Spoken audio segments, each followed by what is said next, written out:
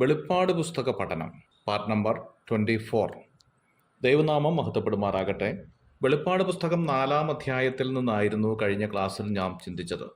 അനന്തരം എന്ന വാക്കുകൊണ്ട് ഉദ്ദേശിക്കുന്നത് ഒരു യുഗം കഴിഞ്ഞ് മറ്റൊരു യുഗത്തിലേക്ക് പ്രവേശിച്ചിരിക്കുന്നു എന്നതിൻ്റെ സൂചനയാണ് എന്ന് നാം കണ്ടു. സ്വർഗത്തിൽ ഒരു വാതിൽ തുറന്നിരിക്കുന്നത് കണ്ടു എന്നുള്ളത് കൊണ്ട് അർത്ഥമാക്കേണ്ടത് മനുഷ്യവർഗത്തിൻ്റെ മുമ്പാകെ കൊട്ടിയടയ്ക്കപ്പെട്ടതായ സ്വർഗം യേശുക്രിസ്തു മുഖാന്തരം തുറക്കപ്പെടുന്നതിൻ്റെ മനോഹരമായ ദൃശ്യമാണ് എന്ന് നാം കണ്ടു.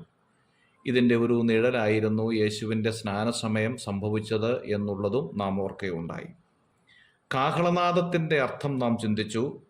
കർത്താവിൻ്റെ വരവിൻ്റെ മുന്നോടിയായി ഉണ്ടാകുന്ന നാദമാണ് കാഹളനാദം എന്നത് നാം ഓർക്കുകയുണ്ടായി.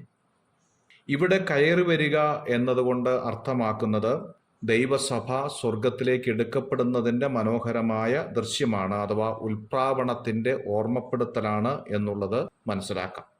ഉൽപ്പത്തി പുസ്തകം 24-ാം അധ്യായം അതിൻ്റെ 63 മുതലുള്ള വാക്യങ്ങളിൽ ഇസഹാക്ക് റിബേക്കയെ സ്വീകരിക്കുന്ന മനോഹരമായ ചിത്രം അവിടെ കാണുന്നുണ്ട്.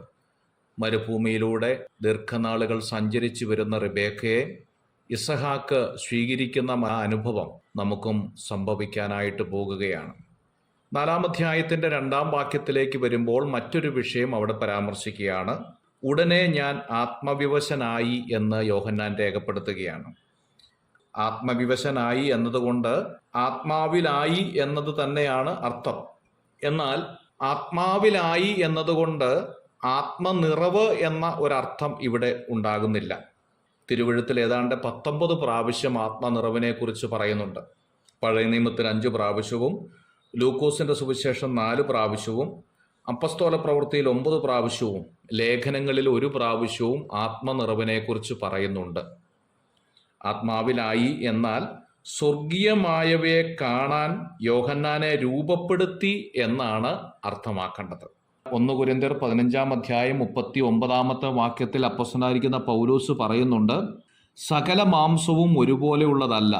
മനുഷ്യരുടെ മാംസം വേറെ, കന്നുകാലികളുടെ മാംസം വേറെ, പക്ഷികളുടെ മാംസം വേറെ, മത്സ്യങ്ങളുടെ മാംസവും വേറെ. സ്വർഗീയ ശരീരങ്ങളും ഭൗമിക ശരീരങ്ങളും ഉണ്ട്. സ്വർഗീയ ശരീരങ്ങളുടെ തേജസ് വേറെ, ഭൗമിക ശരീരങ്ങളുടെ തേജസ് വേറെ. സൂര്യന്റെ തേജസ് വേറെ, ചന്ദ്രന്റെ തേജസ് വേറെ, നക്ഷത്രങ്ങളുടെ തേജസ് വേറെ. നക്ഷത്രവും തമ്മിൽ തേജസ് കൊണ്ട് ഭേദമുണ്ടല്ലോ. മരിച്ചവരുടെ പുനരുത്ഥാനവും ഔവണ്ണം തന്നെ എന്ന് പൗലോസ് പറയുകയാണ്. 50-ാമത്തെ വാക്യത്തിൽ വീണ്ടും നാം വായിക്കുന്നു, സഹോദരന്മാരെ, മാംസരക്തങ്ങൾക്ക് ദൈവരാജ്യത്തെ അവകാശമാക്കുവാൻ കഴിയുകയില്ല. യോഹന്നാൻ ഭൗമികമായ ഒരു ശരീരത്തിൽ വസിക്കുമ്പോഴാണ് സ്വർഗം യോഹന്നാന്റെ മുമ്പാകെ തുറക്കപ്പെടുന്നത്. യോഹന്നാന്റെ ശരീരം രൂപപ്പെട്ടതായി നാം അവിടെ കാണുന്നില്ല. എന്നാൽ രൂപപ്പെടുന്നതിന് തുല്യമായി യോഹന്നാനെ ടെമ്പററിയായി സ്വർഗീയമായവയെ കാണാൻ പ്രാപ്തനാക്കുന്നു എന്നതാണ് ഇവിടെ ഉദ്ദേശിച്ചിരിക്കുന്ന ആത്മാവിലായി എന്നതുകൊണ്ട് അർത്ഥമാക്കേണ്ടത്. വെളിപ്പാട് പുസ്തകം 1-ാം അധ്യായം 17-ാമത്തെ വാക്യത്തിൽ തേജോമയനായ കർത്താവിനെ യോഹന്നാൻ കണ്ടപ്പോൾ മരിച്ചവനെ പോലെ അവൻ്റെ കാൽക്കൽ വീണു എന്ന് നാം കാണുന്നുണ്ട്.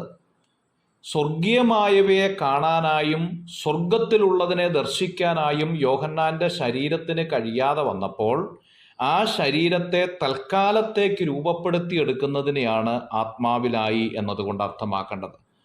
കർത്താവിൻ്റെ വരവിൽ 1 കൊരിന്ത്യർ 15-ാം അധ്യായത്തിൽ അപ്പോസ്തലനായിരിക്കുന്ന പൗലോസ് പറഞ്ഞിരിക്കുന്നത് പോലെ 2 കാര്യങ്ങൾ നടക്കും. 1, മരിച്ചവർ ആദ്യം ഉയർത്തെഴുന്നേൽക്കും. 2, ജീവനോടെ ഉള്ളവർ രൂപാന്തരപ്പെടും. ഇതൊരു മർമ്മമായിട്ടാണ് അപ്പോസ്തലനായിരിക്കുന്ന പൗലോസ് ഓർമ്മപ്പെടുത്തുന്നത്. അത് യാഥാർത്ഥ്യമാകാൻ പോകുകയാണ്. എത്രയോ അനുഗ്രഹിക്കപ്പെട്ടൊരു കാര്യമാണ്. ഭൗമികമായ നമ്മുടെ ശരീരം കർത്താവിൻ്റെ ഗംഭീരനാദം മുഴങ്ങുമ്പോൾ നാം മരിച്ചിട്ടില്ലെങ്കിൽ രൂപാന്തരപ്പെട്ട് കർത്താവിനോട് കൂടെ സ്ഥിരമായി നാം വസിക്കാനായി പോവുകയാണ്. ആ അനുഗ്രഹിക നാളിനായി നമുക്ക് കാതോർക്കാം. God bless you.